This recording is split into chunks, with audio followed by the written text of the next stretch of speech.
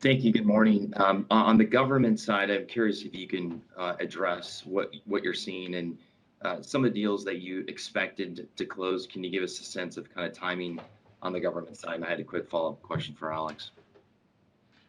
You want to take this, and I'll give my riff. Sure. Look, the programs that we're going after, these are enduring programs. The competition is ongoing. The needs that we're servicing here are vital to the future of the West on both fronts of the potential conflicts. We have revised guidance given the clarity that we have around when we think we're likely to get them. And so, we continue to invest in these things. The pipeline around the government business continues to be really robust, both domestically and internationally. But we also have more certainty around what is obviously a frustrating contracting experience. Let me give you a different riff on this. A number that I don't know if I think we shared on one of our earnings calls was that our government U.S. business has a CAGR over a decade or more of 35%. During that time, we've had a number of years that were flat. And this is frustrating.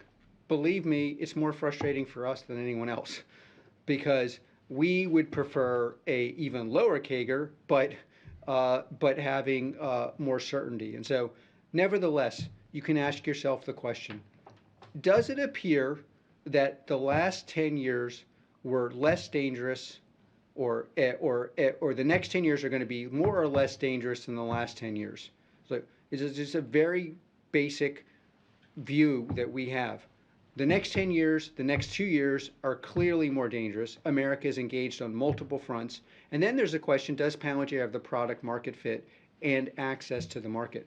Our product, we're looking at the U.S. business that's going to cross the $1 billion mark next year as well. This is like, so you have a $1 billion software business as of next year with positioning that has never been as good. So both our micro positioning and obviously the macro position, it's so sublime it's hard to talk about without sounding like we're kind of warmongering.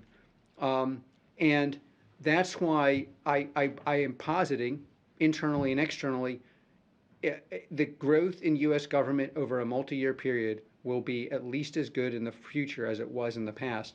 However, that 35% CAGR included a number of years where it was flat or even negative, and that's just the frustrating part about contracting at our level. The contracts are so big and meaty that you got to kind of wait.